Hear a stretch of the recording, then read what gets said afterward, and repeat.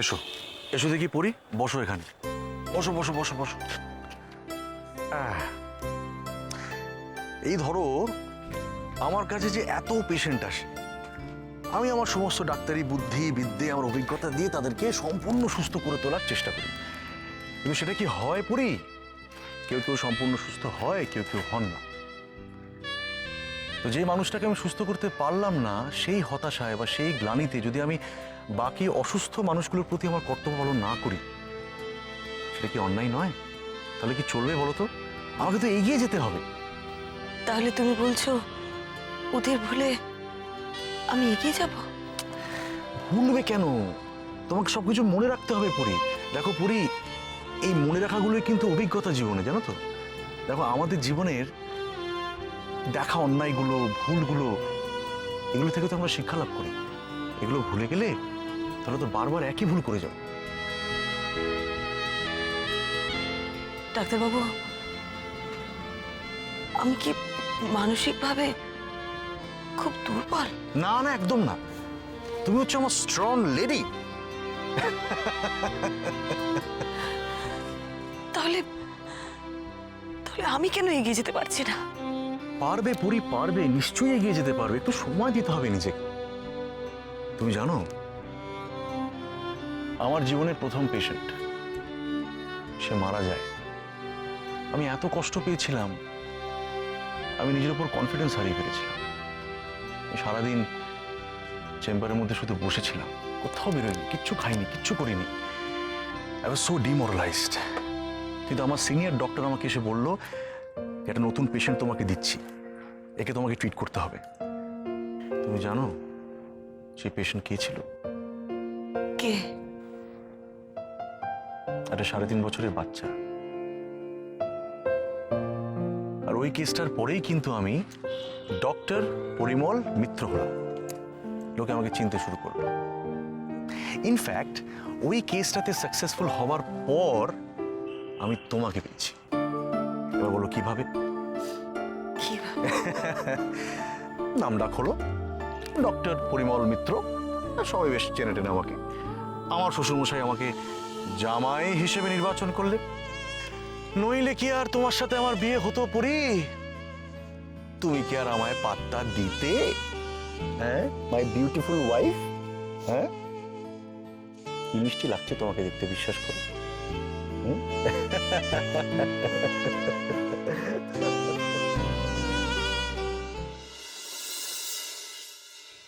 এই দেখো কেউ নেই। আরে কই, কোথায় গেলে সব? আরে এসো এসো। বাবা, এত জিনিস তোমার যা গরম। হ্যাঁ, তুমি একা কেন? হাবলুটা তো ছিল না। হাবলু কোথায় আমি দেখিনি, খুঁজে পাইনি ওকে। তোমার আগেই তো বেরোলো। রান্না করে নিয়ে যাও, আমি আসছি। কোথায় ঢুকে আছে? আপনি কেন চিন্তা করছেন মা? এটা আমি নিয়ে যাচ্ছি, তুমি যাও। এত চিন্তা করবেন না মা। হাবলু মাছ, মাংস, দই সব নিয়ে ঠিক সময় চলে আসবে, আপনি এত ভাববেন না। এই ছেলেটাকে নিয়ে পারি না। ও বড় বৌমা, বড় বৌমা, ওই হাবলু এই সমস্ত বাজার টাজার করে ও তো 12টার আগে বাড়িতে ঢুকবে না। কিন্তু আমি কি করি বলো তো? মা কেন এত ভাবছেন? মাছ মাংস সব রান্না ঠিক সময় হয়ে যাবে, আপনি টেনশন করবেন না একদম। না না, তুমি তো এদিকটা সামলে নেবে, আমাকে তো সব দিক সামলে আবার গয়না কিনতে যেতে হবে। কিরকম নকল রবিস দেখেছো? যেই শুনেছে আমি গয়না কিনতে যাবো, অমনি ওনাকেও যেতে হবে। হাসবেন না, আপনার জন্যই তো আমি আমার কোনো বৌমাকে কেনা গয়না দিই না। অমনি হুট করে বলে দিল আশীর্বাদ করতে। আরে আরে আরে, আমাকে দোষ দিচ্ছে যে বড়, তখন তো খুব রাজি হয়ে গেলে। হ্যাঁ, এখন আমাকে দোষ দিলে কি হবে? এই সমিত, তুই কিছু বলছিস না যে তোর বউ আমাকে দোষ দিচ্ছে? মা দেখো, গরমে আমার আর কিছু ভালো লাগছে না, যা পারো করে নাও। নাই ধরতো ভালো লাগবে না, বলতে হবে না। ওমা, তুমি জানো তিন্নি কখন আসবে? তিন্নি না আসলে তো আমাদের ছুটিটাই মাটি হয়ে যাবে। আসবে আসবে, ঠিক সময় আসবে, এত ব্যস্ত হইও না। হ্যাঁ, এসে যাবে। ওরকম করছিস কেন বড় বৌমা? তুমি তাড়াতাড়ি এদিকটা করে নাও, আবার গয়না কিনতে যেতে হবে তো, আমি তোমার সঙ্গে যাবো। না না না, একদম না, একদম না। আমার সঙ্গে কথা হয়ে গেছে, আমি বড় দাদুকে নিয়ে গড়িয়াহাটে সোনার দোকানে যাবো গয়না কিনতে। তুমি বললে তো হবে না, সব কথা আপনাকে বললে তো হবে না। আমরাও আছি, আমাদেরও কথা শুনতে হয়। আরে এত কথা কিসের? হ্যাঁ, এত কথা কিসের? আমি যাবো, আমি বড়, আমি আগে বড় দাদুকে সঙ্গে নিয়ে বললে তো হবে না। আমি বড় বৌমাকে সঙ্গে নিয়ে যাবো। ওটাই না, বড় বৌমা আমার সঙ্গে যাবে। কি হচ্ছেটা কি? একটা কাজের বাড়িতে এরকম ঝগড়া করে কেউ? আচ্ছা ঠিক আছে, আমি দুজনকে নিয়ে যাব গয়না কিনতে, খুশি? কিন্তু একটা কন্ডিশন, এরকম বাচ্চাদের মতন ঝগড়া করলে আমি কাউকে নিয়ে যাব না। যাই রান্নাঘরে যাই। তোমার জন্য যত কাজ, আপনার জন্যই তো।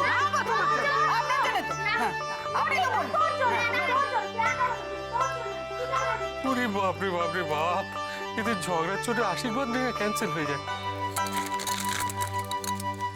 আরে কি করছো শঙ্করে মা, তাড়াতাড়ি করো, হাত চালাও, হাত চালাও। জালটা ছাড়ছি। ছাড়ো ছাড়ো ছাড়ো, তাড়াতাড়ি ছাড়ো। আমি কি করবো বলো?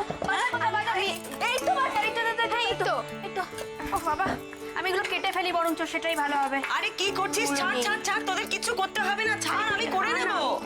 তো ও দিদি ভাই বলো, কি হেল্প করবো তোমার? হ্যাঁ, কি হেল্প করবো? কিচ্ছু করতে হবে না, তোরা যা এখান থেকে। আচ্ছা রান্নাঘরে এত ভিড় কেন? হ্যাঁ আমি তো এলাম। আমার রান্নাঘরে একদম ভিড় ভাড় ভালো লাগে না। সর সর সর। দিদি ভাই, আমি তোমাকে হাতে হাতে করে দেবো বলে এলাম। তুই যা, গিয়ে হাবলুকে ফোন কর, জিজ্ঞেস কর কতক্ষণে বাড়ি আসবে। ও বাড়ি না এলে আজকে কারোর খাবার জুটবে না। আরে কি করছিস? ছাড়। চলে আসবে সব তুমি। আচ্ছা আরে মূল্য নিয়ে কি করছিস? তুই যা, তোকে যেটা বললাম তুই সেটা কর। হাবলুকে ফোনটা কর। ভালো লাগে না দিদি ভাই। এই নিপা, তোকে কি বলেছিলাম আমি করতে? বলেছিলাম না বাবা আমার ঘরটা গুছিয়ে দিতে, গুছিয়েছিস? সেটা কোন সকালে গুছিয়ে দিয়েছি, আমি বরঞ্চ একটু এটা কেটে দেবো না, ক্যাপসিকাম গুলো দিয়ে। কিচ্ছু কাটতে হবে না, তুই বসবার ঘরটা গোছা তো। বাচ্চারা যা অবস্থা করে রেখেছে না, যা যা যা বসবার ঘর করে দেবো। আরে সবজি আমরা কেটে নেবো, তুই যা গিয়ে বসবার ঘরটা গুছো। যা যা যা। কেমন কাজ আমি করি না এটা। এই যে ভুলু সুন্দরী, হ্যাঁ। কি করছো তুমি এটা? হ্যাঁ? তুই যা না, তোকে যেটা বললাম সেটা কর, যা। মুলু কাজ চমনি করে হ্যাঁ। থাক, তোমার এসব করতে হবে না। তুমি গিয়ে দিশাকে ফোন করো, জিজ্ঞেস করো কতক্ষণে আসছে। না না বৌমনি, আমি মূলোটা কেটে দেবো। আমি কেটে নেবো বলছি না, যা। আরে ফোনটা কর দিশাকে, কতক্ষণে শঙ্করে মা হাত চালাও। কি করছো তুমি? তাড়াতাড়ি করো। বড় বৌদি, তুমি যে একটা ঝক্কি সামলাতে পারো বটে। এটা পড়েছিস?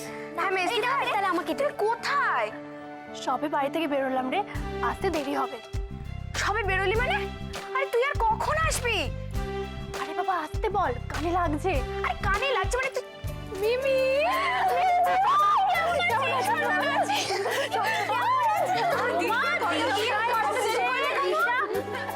কেমন আছিস? মা কেমন আছো মা? ভালো আছি, তুই কেমন আছিস? খুব ভালো আছি। মিষ্টি ভাই তুই না খুব বাজে, এতদিন আসিসনি কেন? আরে বাবা আরে আসবে কি করে মা, ও তো এখন ওই বাড়িতে মেয়ে হয়ে গেছে, আমাদের কথা তোর মনে পড়ে না? আরে না, আসবো আসবো করি, আসবো করে মেজে বলতে এই শুনলে কথা শুনলে মেয়ের আসবো করে, কিন্তু নীলাভ আসতে দেয় না, তাই না? বিয়ে হয়েছে। এই তোরা কি শুনছিস রে? এই নীলাভ কোথায়? নীলাভ বাইরে দাঁড়িয়ে আছে রে। নীলাভ বড়দি ভাই ও আসেনি, ওর অফিসে আজকে মিটিং আছে, বিকেলে এলেও আসতে পারে। মানে এলেও আসতে পারে মানে কি বলছে মেজে বৌদি? ও কি আসলে ঠিক করে বলেইনি তো, আমাদের ফোনটা করা উচিত ছিল। কি ভুল হয়ে গেল বৌমনি। এই তো দিদি ভাই এসে গেছে। এসে গেছিস? কেমন আছো বৌমনি? ভালো আছি। তুই তো দেরি করলে কেন? আসলে দেরি হয়ে গেল। দেরি হয়ে গেল, সাজ থেকে দেরি হয়ে গেল। নীলাভ কোথায়? বৌমনি মানে ও বিকেলে এলেও আসতে পারে। এলেও আসতে পারে মানে? আমাকে দিত ফোনটা, আমি এক্ষুনি ফোন করছি। এলেও আসতে পারে, আসতেই হবে। এসে গেছি। বৌদি কোথায়? বৌদি, হ্যাঁ। এ বৌদি শোন, হ্যাঁ, বল। ভালো কই মাছ পেলাম জ্যান্ত, বুঝলি? 4 কিলো নিয়ে নিয়েছি, জমিয়ে তেল কই করবি আজকে। রে বাবা এত! ঠিক আছে, শঙ্করের মা মাছটা ধরে নাও। বড় বৌমা যা লিস্ট দিয়েছিল সব এনেছিস? হ্যাঁ সব এনেছি। লাল দই এনেছিস? এটা কি দেখতে পাচ্ছ না? ধরো। দে দে দে। দেখেছো? কি করে দেখবো কি করে? সকাল থেকে গরমের মধ্যে আমাকে দিয়ে বাজার করে শেষ করে দিল। কেমন আছিস? ভালো আছি। এতদিন আসিসনি কেন? আয় আমার বুকে আয়, ছোট বোন। আয়।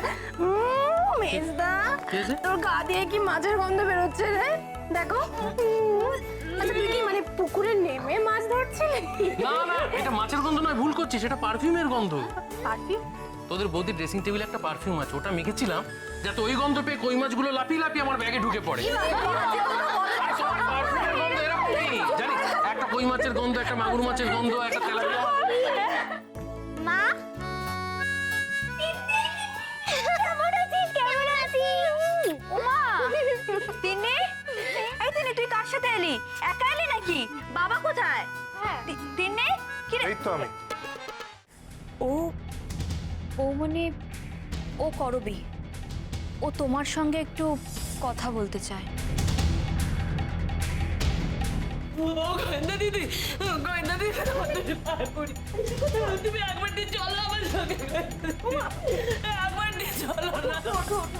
আচ্ছা বল্লরী গুপ্ত অদ্ভুত ভাবে মারা গেছেন বলছো, তো কিভাবে মারা গেছেন?